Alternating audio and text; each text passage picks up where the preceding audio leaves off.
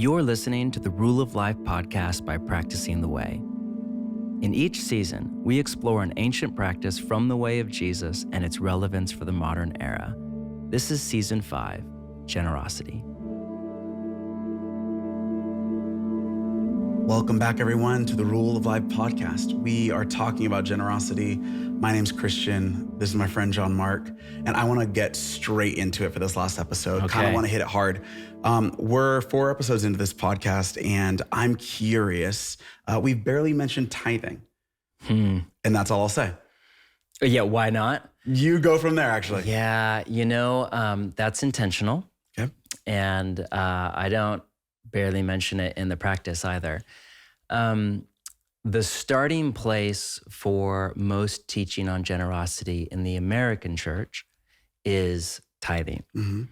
I, channeling a lot of people older and wiser than me, think that's a very poor place to start. Okay. So if you look at the New Testament, for example, Paul, after Jesus, says the most about money and generosity. Paul has multiple in-depth passages. 2 Corinthians 8 and 9, 2 whole chapters back to back. 1 Timothy 6. He says a lot. Doesn't mention even a passing word on tithing. You get one, the only mention that I'm aware of outside of Jesus is one mention in Hebrews, where it's in context, it's a Christological passage. So it's about Melchizedek and Jesus, and it's a complex technical passage where there is a mention of tithing, but it's not about us and tithing. Jesus does mention it 2 or 3 times, but it's in passing.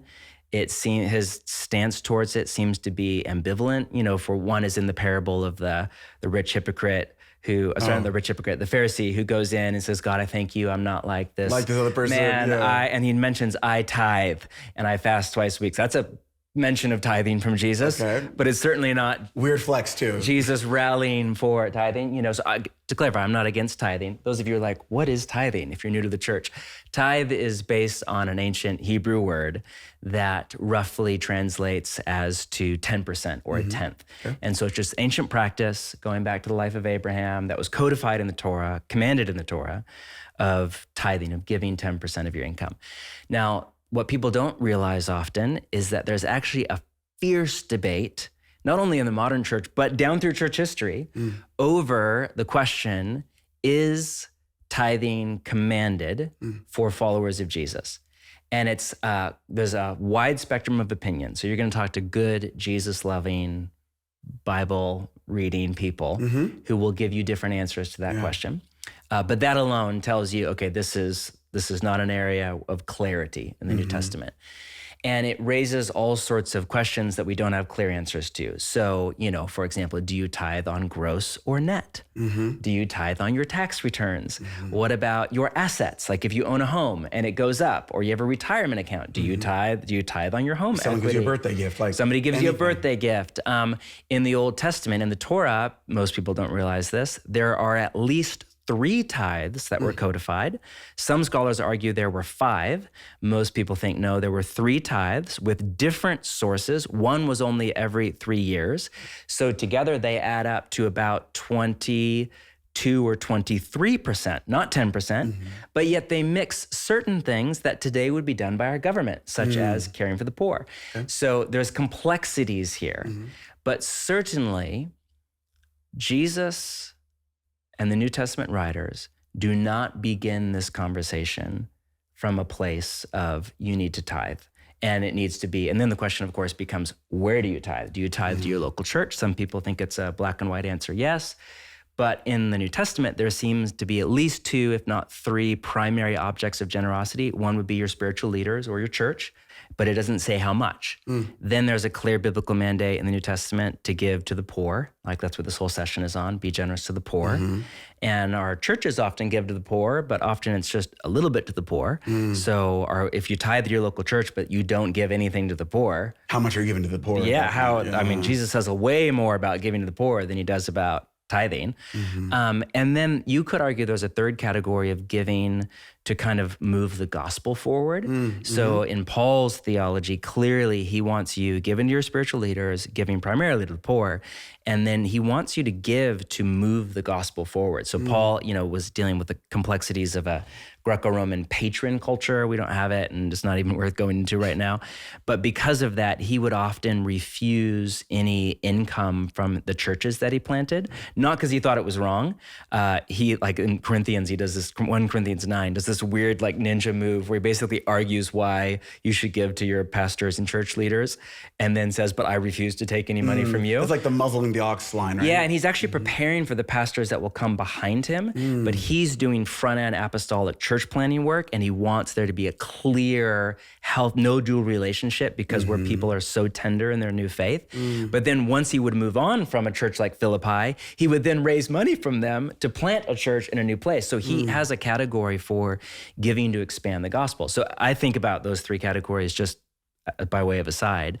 Through my giving, I want to make sure, it doesn't have to be a third, and a third, but I want to make sure that if I look at the amount of money that I give away each month and each year, that I'm giving a portion of that to my church and specifically my spiritual leader and leaders, community of leaders, pastors, a chunk of it, a good chunk of it, probably the majority chunk of it for most of us, to the poor, and a chunk of it to actually advance the gospel, which could be giving to Bible translation around the world, or unreached people groups, or supporting a missionary, or in the West, it could be supporting a cultural apologists ministry so they can do kind of intellectual work for secular society, or, it could be I think there's a variety of ways we can interpret that. It's a heart. This is not a rule. This is a heart. Yeah. So all that to say, how does that apply to tithing? And do we need to do that on top of tithing, or do we split our tithe into three different places? And what? So my point is, it raises all of these questions for which there are not clear answers.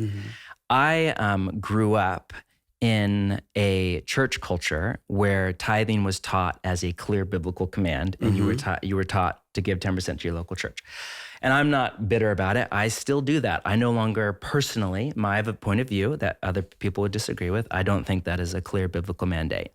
But the danger to that teaching was somehow I imbibed, and this was never explicitly said to me, but somehow the message that I picked up was, hey, 10% of anything I make belongs to God, and you need to give that away to your local church.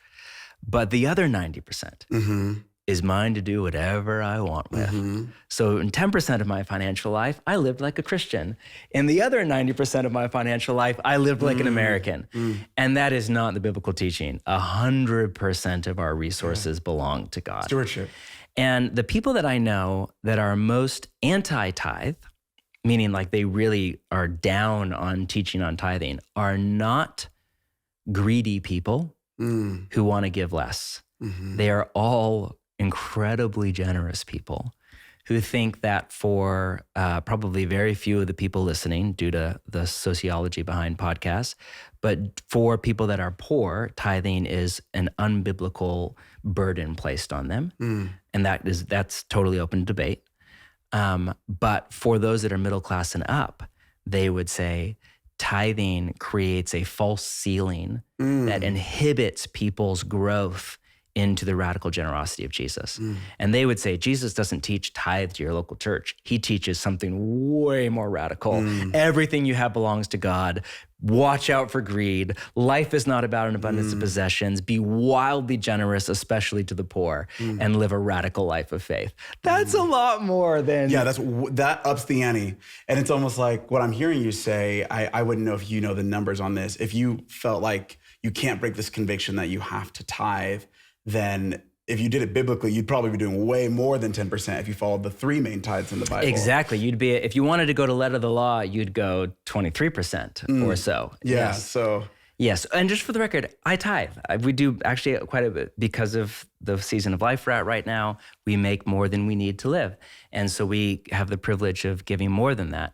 But I'm not against tithing. I'm for it. I'm against middle class and up people putting this glass ceiling over their journey into the generosity of Jesus. Yeah. And then how it impacts even socioeconomically lower people too. Exactly. And you could make a counter argument that God will reward faith. And so even if you're poor, tithe in faith, and God will provide for your needs, you can make that counter argument. Yeah. But I don't want to put that burden on people. And but I think the reason some pastors, and I did this, firm it up and make it sound clear, sometimes it's because pastors just really have mixed motivation. But a lot of times I think people are scared that if people are kind of somehow liberated from tithing as a command, that then they will be less generous. And I don't think that's how following Jesus works. I think rising tide lifts all ships. And so the more we experience the joy of generosity, I think the more we're going to give to our church, the more we're going to give to the poor, the more we're going to buy the person behind us at Chipotle, lunch, the more we're going to give to the advance of the gospel around the world and nonprofits doing good work that we care about. And I just think more generosity equals more joy. So I want people to discover that. Practicing the Way is a crowd-funded nonprofit made possible by The Circle and other givers. The Circle is a group of people from all over the world who believe deeply in the work of spiritual formation and discipleship, and give monthly to see formation integrated into the church at large. I'm Lauren from Atlanta, Georgia, and I'm a part of this community. I give to Practicing the Way because the lifestyle built around being with Jesus, becoming like him, and doing as he did has radically changed my relationship with him and my relationship with others. And I pray that more brothers and sisters in Christ begin to experience the same transformation through these practices. Although the rhythms, habits, and motives of my life are not perfect, I give as an act of worship. I am not my own, and nothing I have is truly mine. So the practice of generosity has helped rid my heart of selfishness and relinquish the control I think I have over my life and money. I give as a way to reorient my gaze back to Jesus, trusting that he truly is enough for me. To join myself and others in the Circle, or to share a one-time gift, please visit practicingtheway.org/give.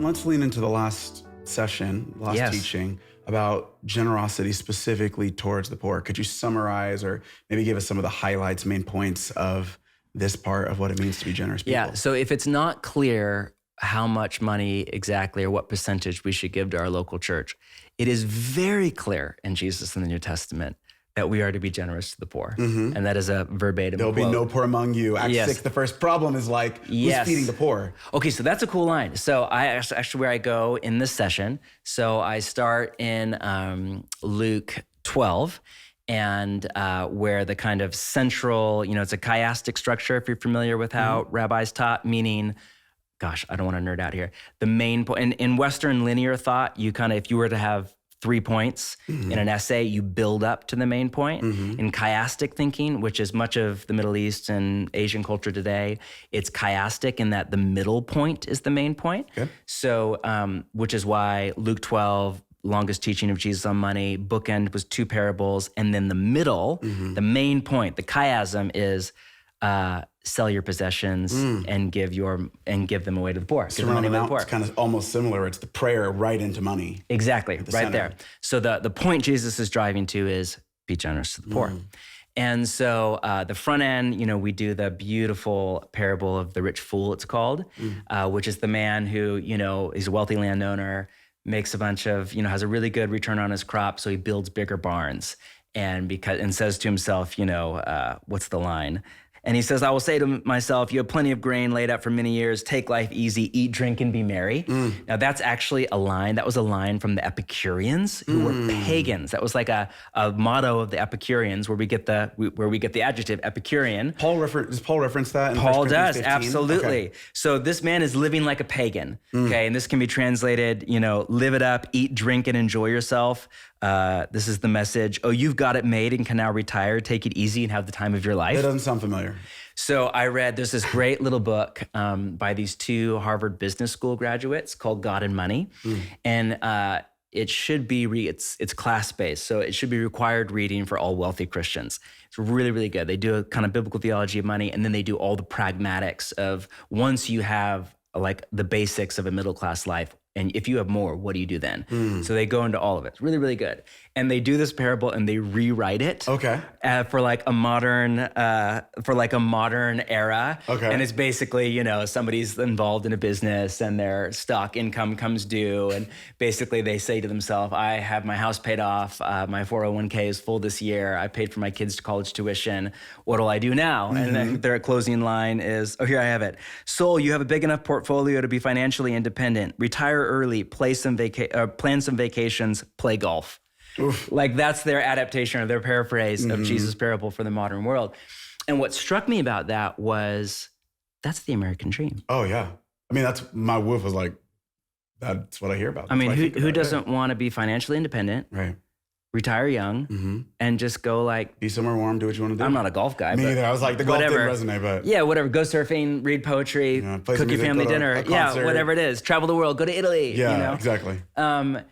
That's the American dream. So our culture's hero is the villain in Jesus' story. And Jesus calls him a fool. Like, you fool, this day your life will be demanded from you. And then he goes into his call to be generous to the poor. So back to what you were saying about the early church. So there's this cool thing where if you're familiar with how ancient writings worked, they did not have, you know, word processors and printing presses. Everything was hand inscribed, which is why the books are all very short. Because you had to write them by hand and copy them by hand. And so writing was all about economy. So anytime there's an extra detail or flourish in biblical literature, you pay close attention, because it's not like when you're just typing on a blog and you're like, say an extra sentence. Every sentence literally costs money. And they didn't have, in ancient writings, you may know this, there wasn't a capitalization, there wasn't modern punctuation, there weren't even spaces between words. And so if you wanted to emphasize a point, you could not italicize it or underline it or bold it like you would if you were writing in Microsoft Word today, hyperlink. If you wanted to really emphasize a point, you would repeat it. So anytime you're reading the Bible and you see something repeated, that should be like, oh, you're ding, ding, ding, ding, ding, ding. Yeah, Black Church is like, say it for the people in the back, one more time, you know? Yes. It's like, that was for them. That was for them. That is the author's way of saying, listen, listen, listen. Like, this is really important. So Jesus, you know, here in Luke 12 has his beautiful line about, you know, let me make sure I get the exact one. Yes, sell your possessions and give to the poor. The chapter before, he has almost the exact same line, be generous to the poor. Like, run it back, this is important. Okay. So this is Luke, right? Then Acts chapter 2, first story we have about the early church, was also written by Luke. So a lot of people don't know this, but Luke, the Gospel of Luke and the book of Acts, same author, and most scholars think of them as like a 2-volume set. So one is about the life of Jesus, and the next is about kind of how his followers carried on his work. First chapter of the early church, Acts chapter 2, this line. So all the believers were together and had everything in common. They sold property and possessions to give to anyone who had need. So Luke 12, let me just do this. Sell your possessions and give to the poor. Acts 2, they sold property and possessions to give to anyone who had need. This is an explicit link in Luke's language where he's saying, they did it. Yeah. They did it. Yep. And if you read the early church, read Acts 2, read Acts 4, read church history, the early church was wildly generous to the poor, primarily to the poor, you know, and strikingly different than Roman culture. So this is so hard to believe. Tom Holland, the historian, does this in his book Dominion. But in the ancient world, Greco-Roman pagan culture, pagan wasn't derogatory, that people self-identified as pagans. There was no moral value, cultural expectation, or socio-political requirement for the rich to share their excess with the poor. None. Non-existent outside of the Hebrew prophets and the teachings of Jesus. So it's just assumed, even from very secular people, you got to get back. You know, like if it's codified in our tax system where we make it involuntary for the rich, you will share your resources. That comes, whatever you think about taxation, that comes from the influence of Christ on the modern world and on Western culture in particular, but Eastern culture as well. And so it's hard for us to imagine. The Roman government did nothing for the poor. The Roman wealthy, for the most part, did nothing for the poor.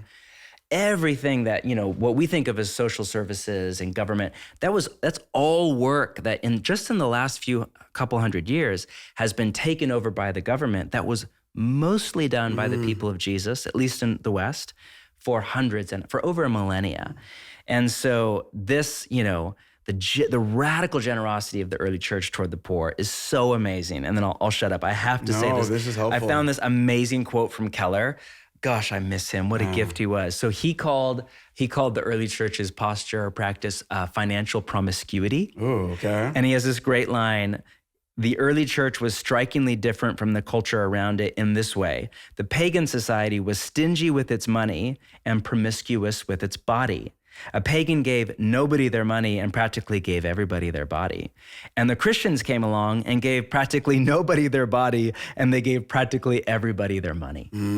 So we have, this famous letter from Julian the Apostate, who's this pagan emperor, who was lamenting to one of his pagan friends that the Christians, or he calls them the pious Galileans, meaning the followers of Jesus, are making Greco-Roman culture look bad because not only are they caring for their poor, meaning poor in the church, they're caring for our poor as well. Oh, man. And so it was an insult. These Christians are so generous to the poor. That was actually it made him mad as the emperor. But this just shows the beauty, whatever you think about Jesus, the beauty of the impact of Jesus on the world. Wow. I mean, genuinely, may that be so of us, that there's no poor among us. That's the sort of people I dream of being part of church communities where people they knew if they showed up, their needs would be met. Before they heard a sermon, which is interesting about how the early church expanded and grew. It wasn't just through teaching and for us, worship and an altar call.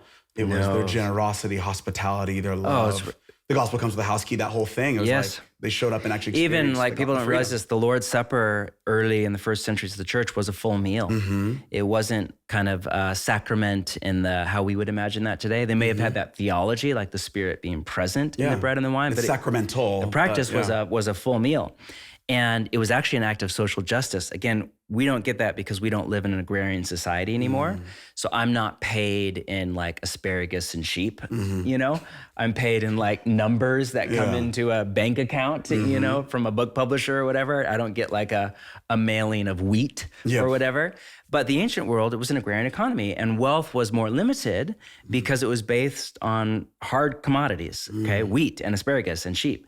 So people would often bring offerings to church in the form of food and would bring extra food to the Lord's Supper, and then the poor would come to the Lord's Supper and they would take all the leftovers home. And so people would intentionally bring way more than was needed so that those who didn't have enough could then take extra Lord's Supper home. So it's not how we practice the Lord's Supper in vast majority of churches today. But people don't even realize the Lord's Supper itself was an act of generosity and social justice. I have a friend who I just met recently who lives in a city that's way more, it's more connected to your walking city, all this stuff, And so people use way more public transportation. And so you interact with just all sorts of people everywhere. And he always keeps extra food, actually a loaf of bread. Wow. It's we always buy two. Interesting. And we give one away, just always ready to give a loaf of bread away. Yes. And that's the same thing. The practicality of it. And, the early church, so one of the fierce debates I don't want to get into right now, but in modern Christians is over how to apply the teachings of Jesus on money, generosity, and the poor, and justice toward the poor to a modern, secular, pluralistic nation state. Yeah, it makes me wonder, we're talking about all this, who then is the poor? What does that mean for us? Or them? Well, yeah, okay. So that's a good question. Let me get to that in a second. Okay. So Christians disagree about how much of our wealth should be redistributed by the government to the poor. Yep. Okay, so there are some Christians that think we need to apply the teachings of Jesus and the Hebrew prophets to the American taxation system, and that's the best way to do it. And then there are other Christians who think, no, that should not be done through a secular government. It should be done through local churches or local communities, right? So the debate rages. I won't even tell you what I think. Different really good people think different things. But no serious Christians think that we should not be generous to the poor. That's a question of how. Yeah. What's the best way to do it? What's the best strategy? Is it through the government? Is it through the local church? Is it through a mix of the two? Is it through some other means? That's the debate. Yeah. The How, debate is not if. whether the wealthy should Yeah. share their resources with the poor. If you're a Christian, you may not believe that. You're supposed to believe that. That's the idea here. Yeah, all right. yeah. So if you think that's not how it's supposed to work, that is how it's supposed to work. We can argue about the best way to do that. Is it through the government? Is it through nonprofits? Is it through local churches? Is it through ... But the argument is, how do we best do this?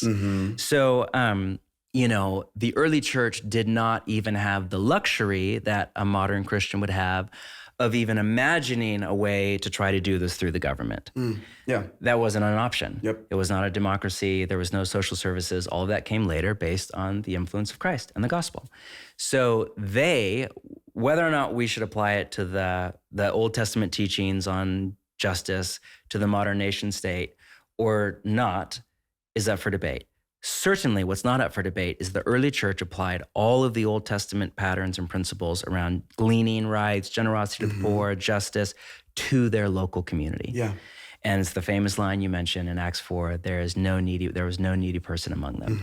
And the nice thing about that is, like, when I think about global poverty, I can't fix that problem. I can contribute to it, but nobody knows how to fix that problem. I when I think about LA, and the radical cost of living is through the roof. The huge income, the inequality in this city is insane. I don't know how to fix that problem. But that's so far beyond any capacity I have. I can sure help, and I want to help. That's not. And so a lot of people see that, and they're just paralyzed into inaction. So they do nothing because they can't fix it. So they do nothing. That's legit. Yeah. But we often miss.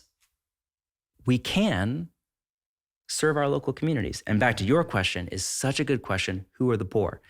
So some people are clearly the poor. And even that phrase has become politically incorrect. And I actually think there's something of the demonic in that, because I think it obscures the call of Jesus to the poor. But I think the mistake we often make, if you're in American context or Western context, if you are in a middle class-ish or even working class context, is we hear the poor and we think of either people around the world who live in like abject poverty, don't have enough food, clean water to eat, or clean water, right? Which is that's absolutely the poor. And most of the poor, if you're somebody like me, most of the poor don't live anywhere close to you. They live around the world. Or we think of, in cities, we think of like our houseless neighbors.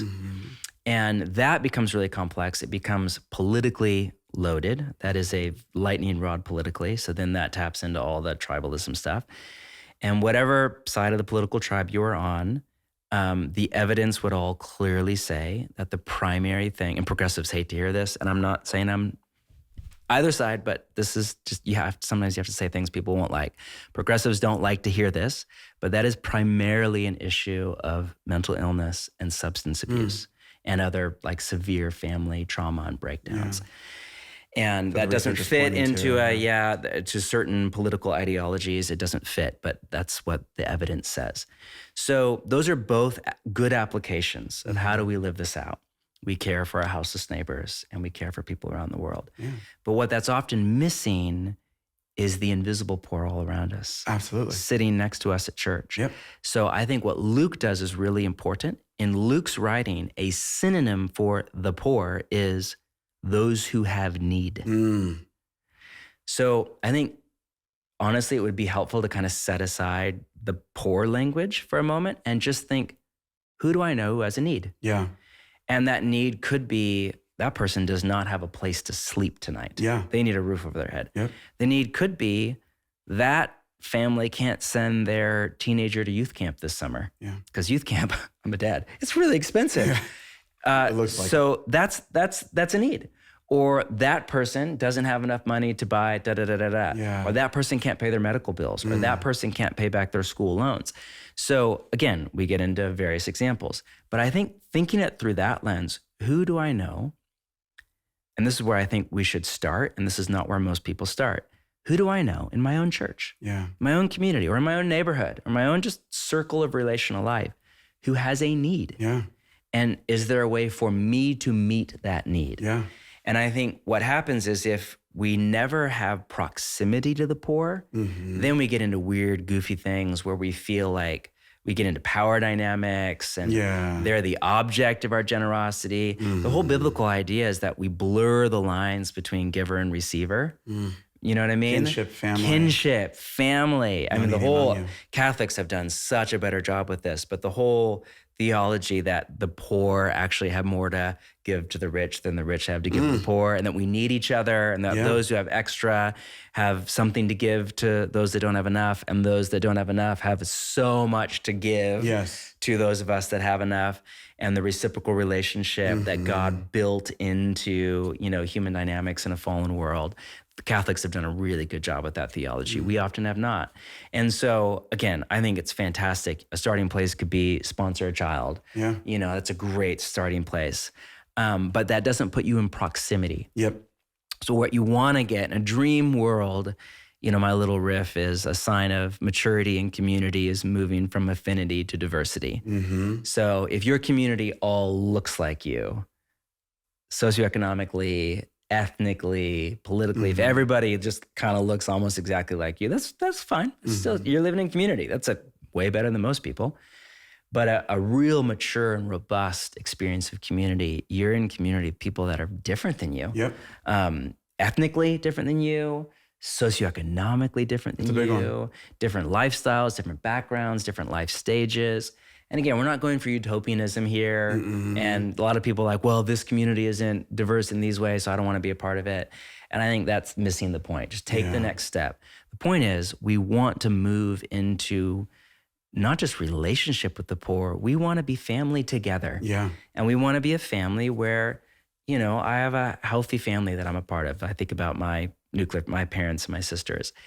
If anybody in my family, I'm the oldest of 4 kids, if anybody lost their job or lost, you know, their business or had to declare bankruptcy, because we have enough in our family, nobody's rich, but we have enough, nobody would never, ever not have a place to live. Nobody would ever miss a meal. We would care for each other. That's what a family would do. That's what a healthy family would do. The same way in a local church, and it gets more complex. We don't know everybody as well. And I want to give room for that. But that's the ideal, that, man, nobody would ever not have enough. There were no needy persons among them. Which, again, is just so interesting to me that I think it's the first issue that the church has to figure out with leaders was, okay, we need to do both of these things. We need to spread and further the gospel in the preaching and the teaching, and we cannot neglect the poor among us. Remember the poor, the very thing I was eager to do. And they had to figure it out. And it was even interesting that they were, I believe, Gentile widows. So then you have this not only socioeconomic. You have a racial problem that came up in Acts 6. This beautiful church where they were like doing radical generosity. Trying to figure it out. Racism comes in and they deal with it. And so I think, you know, people empowered by the Spirit of God, following the way of Jesus, these are things that we have to wrestle with, figure out, and do so with so much like tenderness, humility, but also like, I don't know, courage. Actually, courage is the word. Some oomph. So when we say, we've talked about who the poor is, who's the rich? Oh man, unfortunately, it's a lot more of us than we think, you know? So that's where I remember that, you know, there's one of my favorite passages in the New Testament on money and such is 1 Timothy 6. And I didn't have time to do this in our 4 sessions for the practice. Podcast 4, this is good. Yeah. But, you know, Paul has that great paragraph, command those who are rich in this present world. And then he goes, there's a whole paragraph, about 7 commands. It's beautiful. It'd be a great 7-point sermon if there's any pastors listening. But command those who are rich in this present world. For all of my life, I read that line and the following paragraph, and I thought that was for somebody else. It's for them. It's all for them. Oh, yeah. That couple, I know that couple in our church, they really need this. They're rich. They really need this passage. And that, I understand that because wealth is relative, because we live in lifestyle enclaves. But that is actually not what I did not want to realize is that that's talking about me. I am that. So especially if we think globally, you know, the stat is that the poorest 5% of Americans are better off than 2/3 of the global population. Oh, man. So if you make $34,000 a year in America, you are in the top richest 1% of human beings. Now, you have to nuance that. Wealth is relative and money goes farther in certain places, so on and so forth. But you just have to like sit with that. Yeah. So even if you are not even close to what somebody in America or California would consider rich, when Paul is talking about the rich, he's talking about if you are listening to a podcast, probably through an iPhone, maybe even through AirPods, maybe not, I don't know. In a gym. This is probably about you. Yeah, yeah. And so who are the poor? I think what I'm trying to say is not just those in abject poverty and those on the streets, but also people with need around us in our own community. Absolutely. And often start there. Who are the rich? Likely us. Listening to the podcast. Yeah. And I think that's healthy sobriety because Jesus has things to teach us, all of us, how to live. Yeah, this is good news, not bad news. Absolutely. You know, it does make me also think about all the stats around when you think of who is a Christian in the world. And, you know, I get a little bit frustrated around like the image of a Christian being kind of an older white dude, I'm like, it's more likely that a Christian looks like my wife, who is a woman from Nigeria, who is that's around actually, the age of 30. Yes, Timbuktu is the center of the global church, they say. Really? Okay, literally. And they said if you had to pick a demographic of the most common Christian, it was a 20-something Nigerian woman. Almost my wife, not 20 anymore, but exactly, that's what you should think of. Most likely a woman, most likely what we would call poor, and most likely in the global South. Yeah, non-Western. In the non-Western world. So even that's, I think, sobering and helpful to go, wait a second. Most Christians are probably what we would call the poor, and Jesus has things to lead them into life. And there's a number of Christians, but probably a smaller percentage, who Jesus would call the rich. And he has ways to show us in life, lead us into life, and we are all kin and family learning how to do this together. The Generosity Practice is a 4-week experience designed to be run in your church, small group, or community that combines teaching, conversation, and spiritual exercises to introduce you to this ancient discipline for life with God. If you come on this generosity practice, you will not just learn about generosity, you will learn how to live a more generous life. The end goal is to integrate generosity more richly into your rule of life so that you can arrange your life around God. This practice is completely free thanks to the generosity of our friends in the Circle, a group of people from all over the world who give monthly to Practicing the Way. Available now at practicingtheway.org. Can I read a quote to you from please. John Chrysostom, Archbishop of Constantinople, 4th century, dealing with income inequality, speaking to a wealthy church. He said this: "This is why God has allowed you to have more. Not for you to waste on prostitutes, drink, or fancy food, expensive clothes, and all the other kinds of indolence, but for you to distribute to those in need. The rich man or woman is a kind of steward," there's our language, "of the money which is owed for the distribution to the poor. Owed, wow. He is directed to distribute it to his fellow servants." Notice God's the master. We're all fellow servants, the rich and the poor, who are in want. "So if he spends more on himself than his need requires, he will pay the harshest penalty hereafter. For his goods are not his own, but belong to his," notice he doesn't say to God, "belong to his fellow servants. For you have obtained more than others have, and you have received it not to spend on yourself, but to become a good steward for others as well." Isn't that amazing? Wow. He said this, okay, I'm just you can cut this out. Second quote, same dude, same sermon. "So what is the skill that rich people should acquire? They must learn," and by rich people, remember, we're not thinking Bill Gates. We're thinking most of us listening. "They must learn how to use their wealth well, to the good of all the people around them. The ordinary craftsperson may think that is an easy skill to learn, how to use wealth well. On the contrary, it is the hardest skill of all. It requires both great wisdom and great moral strength. Look at how many rich people fail to acquire it and how few practice it to perfection." You know, Church fathers for the win. They're straight up. Sir, yeah. They don't care about our feelings like there's most no modern cute story at the preachers beginning, do. you know, with no anecdote. And then it's like, end of sermon. All right, so time to repent, Jam, this kind of takes my mind to the beginning of what we talked about. How do we see the world? Having a good eye, Yes. a biblical imagination. Yes. We started in Genesis 1 and 3. But I want to maybe end, and then I guess maybe with one more question here is, how do you then, that's the beginning of this story, but does the end of the biblical story frame this for you too, a generosity? Like, oh, interesting. it just got me thinking, we've talked a lot about the beginning in Genesis, but what about, we're not just people of the beginning, like there's a future hope. How does that frame us as people of generosity? Yeah, I mean, biblical theology over anything, and you can apply it to generosity, works both backward and forward. So you go back to Genesis, God's intention was Genesis 1, world of plenty, naked and unashamed, no inequality, no need. God is a generous father provider. And then it works forward to the renewal of all creation, Revelation 21 and 22, a renewed community where there is literally no needy person anywhere. All poverty is gone, all evil, all injustice, all systemic racism, all economic manipulation, all mammon and mammon in, amplified industries and sectors of society and the economy, gone. Yeah. So we're, people as followers of Jesus, as Christians, we are called to live out of time and in eternity, which means we're both trying to live out the Garden of Eden and kind of make LA or Portland or wherever we live a bit more Eden-like.